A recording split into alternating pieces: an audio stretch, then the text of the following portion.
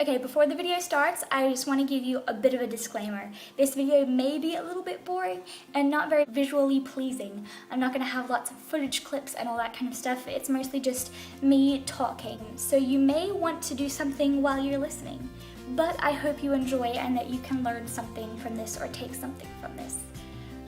Enjoy. It is really hot and I can't put the fan on because it'll mess up the audio. So I'm going to be red and sweaty and hot throughout this video, and I'm going to have this messy braid. So you're just going to have to deal with it. Sounds good? Okay, let's get to the video. My name is Darcy-Rea and this is my story. My story starts, obviously, with my parents. My mother is Australian, born and bred. She grew up at Brethren, which is a Christian denomination, and my father is French-Canadian and he grew up Catholic. They met in England when my dad was a brand new Christian and they were on a mission trip together. They got engaged in Chicago and they got married in Australia, but directly after they moved to Canada, where my sister and I were born. My sister and I are 15 months apart. She's older, I'm younger, and I was born on June 8th, 2000. And 2 months after my birth, we moved to Australia, and there my little brother was born. He is 4 years younger than me. My mother is a special education teacher. However, my father is a carpenter by trade, but he has done many things. He has been a cleaner at a zoo, he has been a tour bus driver, he has been a security officer at a prison, he has stocked shelves at grocery stores, he's been a janitor. And when I was 5, we traveled around Australia for a year and a half, and eventually stopping in a town called Alice Springs, which is right dab smack in the middle of it. We stayed there for 4 years before we decided to move to Canada. At this point I was 10 years old. We moved there to be closer to my French family, who are all Catholic, so that we could live out our Christian life in front of them and hopefully witness to them, but also so that us kids could learn about the language and the culture. There I hopped into school. I was dumped straight into French school because of some laws in Quebec, but that actually turned out to be a great blessing. Canada was a struggle. It was really good, but it was a struggle. I desired so badly to fit in, so I threw away all my pink skirts, my long flowy skirts, my hippie vibe and colorful rainbow Darcy was gone, and I really wanted to wear skinny jeans and Ugg boots like it was popular at the time, and I just really wanted everyone to like me, which got me into some trouble. I never really got into too much trouble. I just had friends that weren't godly, especially when I got into high school. They were a huge influence on me. However, I was also bullied a lot. The funniest thing that anyone has ever said to me while trying to bully me was somebody once told me to go back to your country, and Canada is my country. I was born there. I know the language, I know the culture. I love Canada. It's, you know, I'm equally Canadian and equally Australian. So no one can tell me that I'm not Canadian, because I am. I have a birth certificate and a passport that says so I'm sorry.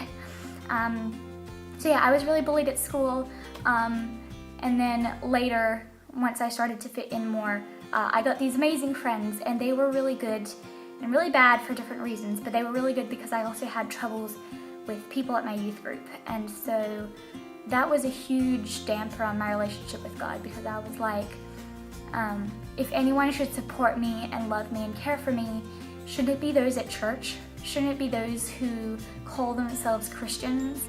And so my school friends really supported me. And then 4 years later, I was 14. God called my father at the beginning to come here to Cambodia. And obviously with that came the rest of the family. I think I held in the emotion for about 3 seconds and then I let loose on all the sadness and the tears. And during this time in Cambodia, I had like built up this kingdom, you know, that was mine, that I was the ruler of, and like I had these friends and I had these roles and this place and it was mine, and this was me, and that just came crashing down all of a sudden. Buildings in my kingdom were burned and people left. For the last 9 months of being in Canada, we lived with our pastor's family, and I was homeschooled. I was brought out of public school and homeschooled, and that was terrible and amazing at the same time. It was terrible because I felt very alone while still having 13 people in the same house all the time, but I didn't have my friends that I used to have, this group of people, but instead I was surrounded with a love that I hadn't known before.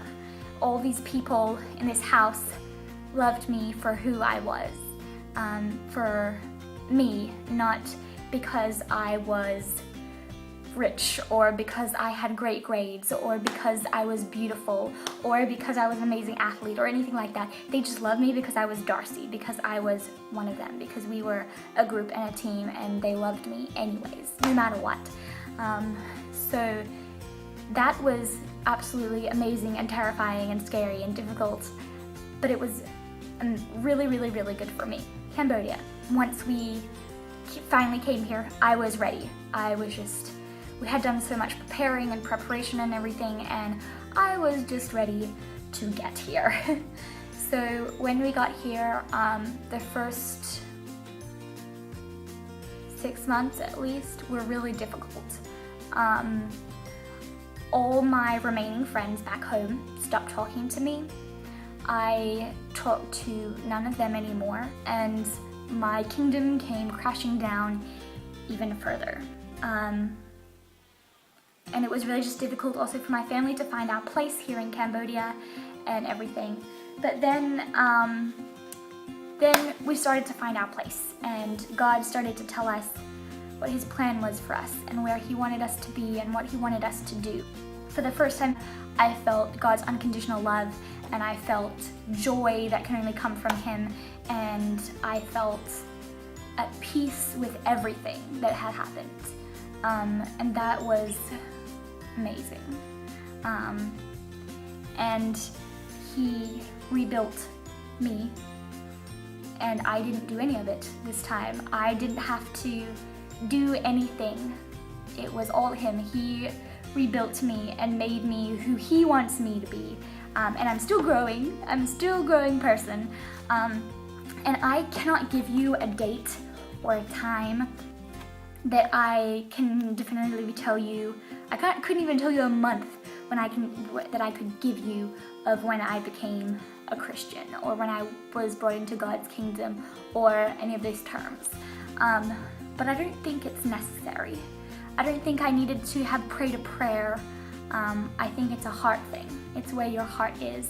And so I got baptized when I was 10, 11.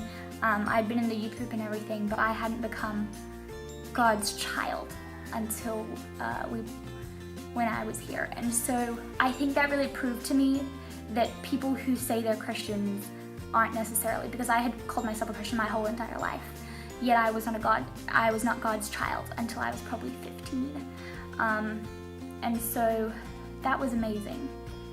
And that brings me to now. I finished high school in November, which I am so, so excited about, to finally be able to just be me and work on my own projects and just be able to be here fully without having to always have this school in the background. I'm just really excited about that. And I have had so many dreams and plans of what I want to do after high school. But God has closed all of those doors, and so right now I'm just being patient to see where He brings me. I don't think I should be the one planning my future. I think I should leave that up to Him. I think He'll do an amazing job at that Himself.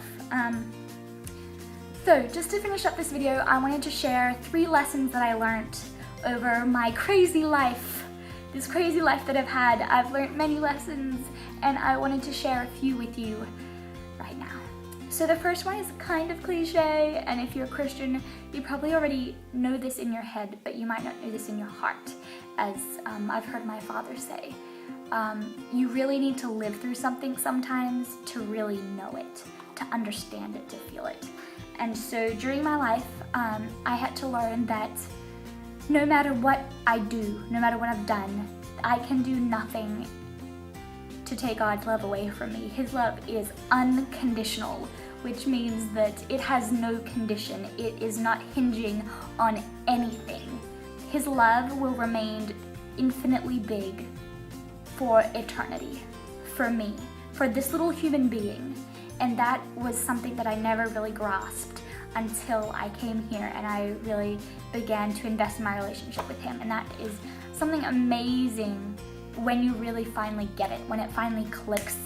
It is an amazing thing. Number 2 is that everyone has something to teach you and you have something to teach everyone. So while here, one of my biggest struggles was not having a friend, not having someone to talk with, to lean on, for them to lean on me, not having someone to teach me and for me to teach them and vice versa and everything like that. And so I really prayed so hard for God to give me someone. He came through very differently than I was expecting. And he gave me, instead of one person my age, he gave me many people of many ages who taught me all kinds of things. There's a girl and her mother who have taught me so much about what it means to be a woman of God and how to be modest and things like that. He has given me children who have come in and out of my life, who have taught me what it means to love and how to be joyful and childlike and have fun in an innocent way. And he has used all different men in my life who have taught me what it means to be a man of God and what that looks like, so that I can recognize that in a future husband. There's one thing that none of those people can ever provide me, and that is someone to fully lean on and to be able to lean on in hard times and talk to whenever. And I have learned that is him and him alone. And that is a huge lesson. And then the other one I've kind of already said, and that one is that God's answers aren't always what you want them to be or expect them to be. So God doesn't always just answer in yes and no. He could say, yes, here you go. He could say, yes, but let's try this way. He could say, no, I'm not gonna do that. Or he could say, not really, but maybe I'll give you this instead. Or maybe he'll say, wait, I want you to wait, and then you'll see. And then you'll see. And that has been really good, because when I pray now, I don't always have to just expect an answer. I can just wait, and he will answer in his own timing. And he won't even always answer immediately. He's God and he has his own timing, and his timing is perfect.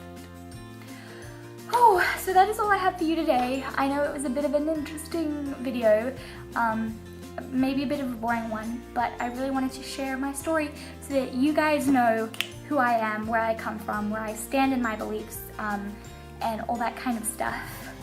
And I hope it was enjoyable, and I will see you next week.